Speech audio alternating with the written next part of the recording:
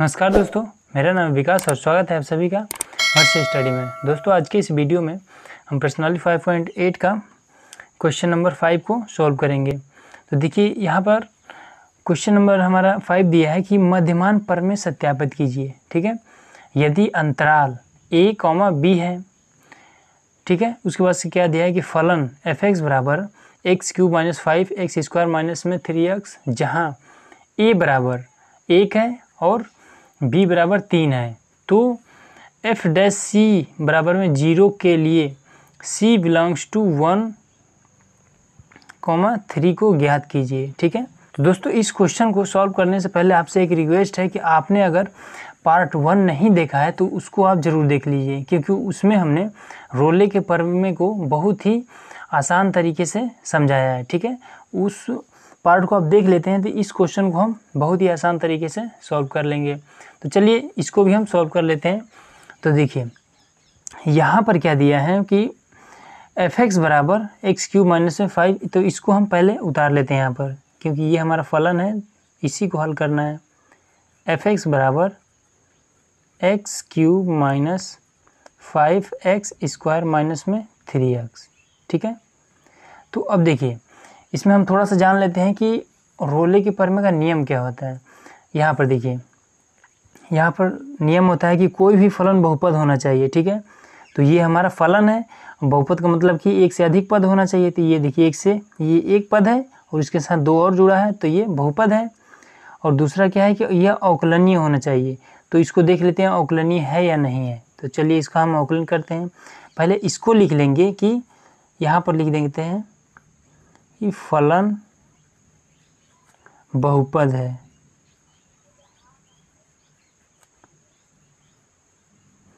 तो जब बहुपद है तो ये संतत होगा, तो लिख देंगे फलन बहुपद है तथा संतत है। ठीक है, ये हमारा पहला कंडीशन हो गया। ठीक है, देखिए पहला कंडीशन ये हमारा होगा, तो ये पहला कंडीशन हमारा हो गया। अब दूसरा कंडीशन हमें क्या कह रहा है कि ये अवकलनीय होना चाहिए। तो चलिए इसका हम अवकलन भी कर लेते हैं। तो सेकेंड कंडीशन में अवकलनीय होना चाहिए, तो अवकलन का ये सिंबल होता है f' लगा देते हैं, उसके बाद से ये x और बराबर में इसका अवकलन करके यहाँ पे लिख देंगे। तो x³ का अवकलन हो जाएगा 3x² माइनस में फिर इसका अवकलन हो जाएगा 10x, फिर 3x का अवकलन हो जाएगा केवल 3। ठीक है, ये हमारा इतना आ गया। अब इसके बाद से हमें क्या करना है, अब हमें देखना है कि फलन a फलन b बराबर होना चाहिए। तो देखिए इसमें हमारा क्या पूछ रहा है कि मध्यमान प्रमेय सत्यापित कीजिए। तो हम एक बात ध्यान देंगे कि मध्यमान प्रमेय में इसमें इस कंडीशन को ये फॉलो नहीं करता है। इसमें कंडीशन क्या कह रहा है कि फलन a फलन b के बराबर होना चाहिए, लेकिन जब बात मध्यमान प्रमेय की हो तो इसमें ये कंडीशन बराबर फॉलो नहीं होता है। फलन a का मान फलन b के मान के बराबर हो या ना हो, इससे कोई इसमें फ़र्क नहीं पड़ने वाला है। तो देखिए मध्यमान प्रमेय को सत्यापित करने के लिए एक फार्मूला होता है, पहले फार्मूला देख लेते हैं। यहाँ पे देखिए फार्मूला ये होता है हमारा f' बराबर में fb, ठीक है, माइनस में fa और अपान में b - a, ये हमारा फार्मूला होता है। तो देखिए सबसे पहले हमें चाहिए क्या, हमें पहले f' इसका मान निकालना है, उसके बाद से fb का मान निकालना है, फिर fa और उसके बाद से b - a का मान। तो यहाँ पर a का मान यहाँ दिया है, b का मान यहाँ दिया है। अब हमें निकालना क्या है कि fb का मान निकालना है और fa का मान निकालना है। ठीक है, तो देखिए fb और fa का मान कैसे हम निकालेंगे। यहाँ पर हमारा थर्ड कंडीशन है कि fa और fb का मान कैसे निकालेंगे। तो देखिए fa बराबर हमें ज्ञात करना है। ठीक है, तो देखिए a बराबर जो ये वैल्यू है a बराबर 1 है। ठीक, तो इस 1 को हम इसमें यहाँ पर देखिए इसमें हम x के स्थान पर रखेंगे। ठीक है, a बराबर 1 को हम इस फलन में जहाँ जहाँ पर x है वहाँ पर रखेंगे।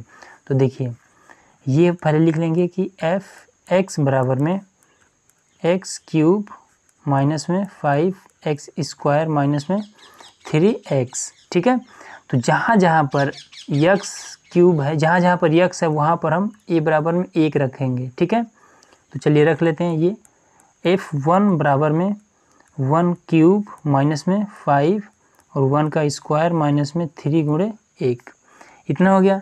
तो अब देखिए ये f1 बराबर में हमारे क्या आ जाएगा, ये 5 और 3, ये भी माइनस में ये भी माइनस है, तो 5 3 8, तो 1 माइनस में 8, तो ये हो जाएगा। अब यहाँ पर लिख लेंगे कि एफ ए बराबर में -7, ठीक है। ये हमारा एफ ए बराबर ज्ञात हो गया। तो अब यहाँ पर देखिए अब एफ बी बराबर ज्ञात कर लेंगे, एफ बी बराबर में ज्ञात करना है, ठीक है। तो इसमें देखिए बी में हम v की वैल्यू एक x के स्थान पर रखेंगे, तो b बराबर में 3, ठीक है। इस वैल्यू को हम रखेंगे तो यहाँ पर पहले लिखेंगे एफ एक्स बराबर में एक्स क्यूब माइनस में 5x स्क्वायर माइनस में 3x, तो वैल्यू रख देते हैं। तो ये आ जाएगा f3 माइनस में बराबर में 3 का क्यूब माइनस में 5 गुणे 3 का स्क्वायर माइनस में 3 गुणे 3, ठीक है। तो ये हो जाएगा 27 माइनस में फिर इसको ये हो जाएगा 9 और 9 गुणे 5 तो हो जाएगा 45 और ये हो जाएगा माइनस में 9, तो इनको जोड़ेंगे और 27 घटाएंगे तो ये आ जाएगा माइनस में 27। तो ये एफ बी बराबर जो आया हमारा ये 27 आ गया, ठीक है। अब ये मान और ये मान, इन दोनों मान को हम इस फॉर्मूले पर रख देंगे। एफ बी के स्थान पर एफ बी की वैल्यू रखेंगे और एफ ए के स्थान पर एफ ए की वैल्यू रखेंगे, और बी के स्थान पर यहाँ देखिए बी बराबर 3 दिया है और ए के स्थान पर यहाँ ए बराबर में 1 दिया है, ठीक है। 3 मान को रख देंगे। तो चलिए आगे कर लेते हैं इसको। तो देखिए यहाँ पर हमने फॉर्मूला लिख दिया है। अब देखिए अब केवल मान रखना है केवल इसका। तो देखिए ये एफ डैश, तो एफ डैश सी दिया है, ठीक है। तो ये मतलब कि ये अवकलन, जिसका अवकलन हुआ है उसका मान रखेंगे। देखिए तो क्वेश्चन में हमने अवकलन किया है, यहाँ पर देखिए ये कंडीशन दूसरा दिया है कि एफ डैश एक्स बराबर में इतना हमारा अवकलन आया है, ठीक है। तो मतलब कि यहाँ पर हमारा दिया है एफ डैश सी, तो हमने अवकलन करके लाया है एफ डैश एक्स बराबर में 3x स्क्वायर माइनस में 10x और -3, ठीक है। ये इतना हमने अवकलन करके ला, ठीक है। तो हम अब इसके अकॉर्डिंग क्या करेंगे कि जहाँ जहाँ पर इसमें यक्स है, ठीक है, वहाँ पर हम c रख देंगे, ठीक है। इसमें जहाँ जहाँ पर यक्स है वहाँ पर इसके आधार पे हम इसको हम c रख देंगे। तो देखिए F x F dash x है तो ये हो जाएगा एफ डैश सी बराबर, जब हम लिखेंगे तो ये हो जाएगा 3c, यहाँ पर रहेगा 3c का स्क्वायर माइनस में 10c और माइनस में 3, ठीक है। ये वैल्यू हम एफ डैश सी के स्थान पर ये वाली वैल्यू रखेंगे, 3c का स्क्वायर माइनस में 10c माइनस में 3, ठीक है। और बराबर में एफ बी की वैल्यू हम निकाले थे क्या, माइनस में 27 और फिर माइनस है, और एफ ए की वैल्यू क्या थी -7, ठीक है। और अपान में देखिए b बराबर क्या था 3 था और माइनस में a बराबर क्या था 1। तो अब इसको देखिए ये हमारा हो जाएगा 3c स्क्वायर माइनस में 10c और माइनस में 3। अब ये हो जाएगा -27 और ये प्लस में 27 और अपान में क्या हो जाएगा 2, ठीक है। तो ये हो जाएगा 3c स्क्वायर माइनस में 10c माइनस 3 और बराबर में ये 27 में से 7 को कम करेंगे तो ये हो जाएगा -20 अपान में 2, तो इससे ये कट जाएगा तो हो जाएगा 3c स्क्वायर माइनस में 10c और माइनस में 3 और ये हो जाएगा क्या 10, तो -10, तो 10 को इधर करेंगे तो ये हो जाएगा 3c स्क्वायर माइनस में 10c और इसको इधर करेंगे तो ये हो जाएगा प्लस में 7 होगा, क्योंकि जब 10 इधर आएगा तो प्लस में हो जाएगा, फिर -3 घटाएंगे इसमें तो प्लस में 7 क्या हो जाएगा 0। अब देखिए इसका हम द्विघात समीकरण से मान निकालेंगे। तो देखिए इसको हम कैसे करेंगे, ये है 3c² माइनस में 10c प्लस में 7 बराबर में 0।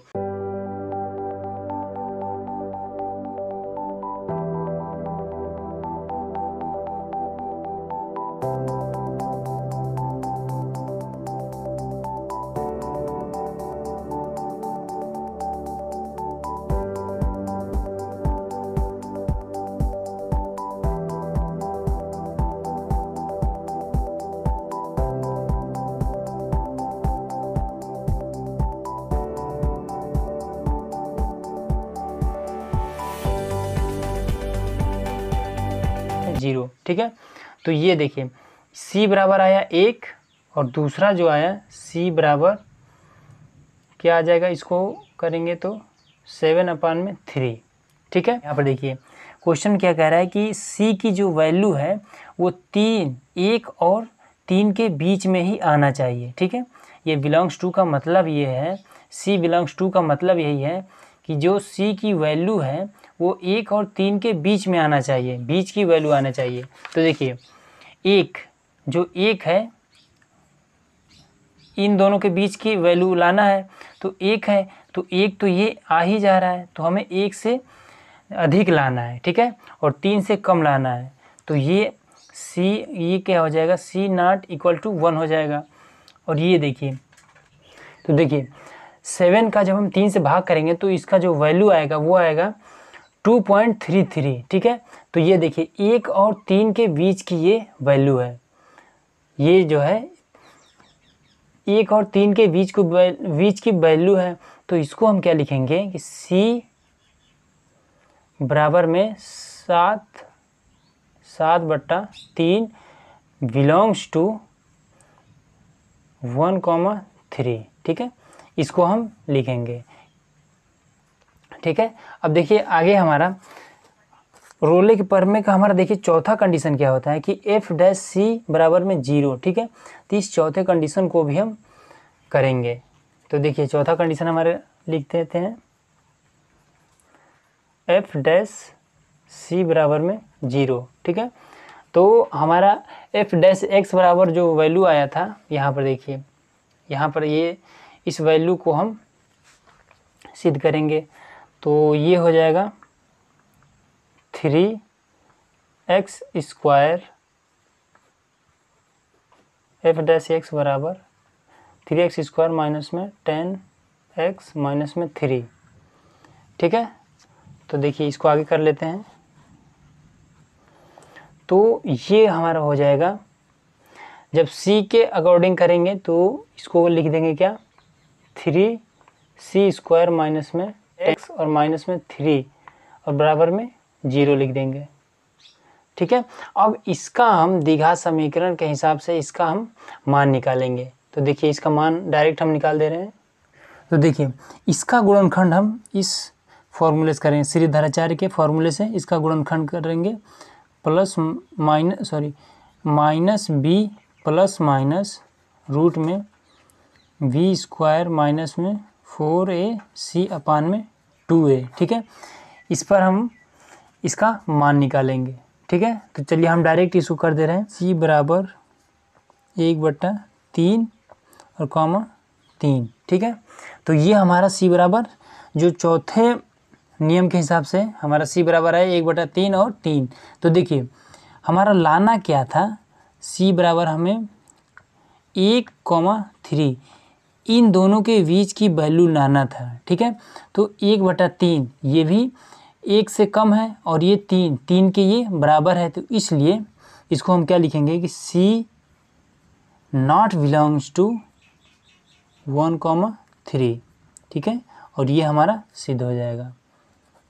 तो दोस्तों आज का ये वीडियो आप लोग कैसा लगा हमें कमेंट बॉक्स में ज़रूर बताइए। अगर आप चैनल पर नए हैं तो सब्सक्राइब जरूर करिएगा। तो चलिए मिलते हैं अगले वीडियो में।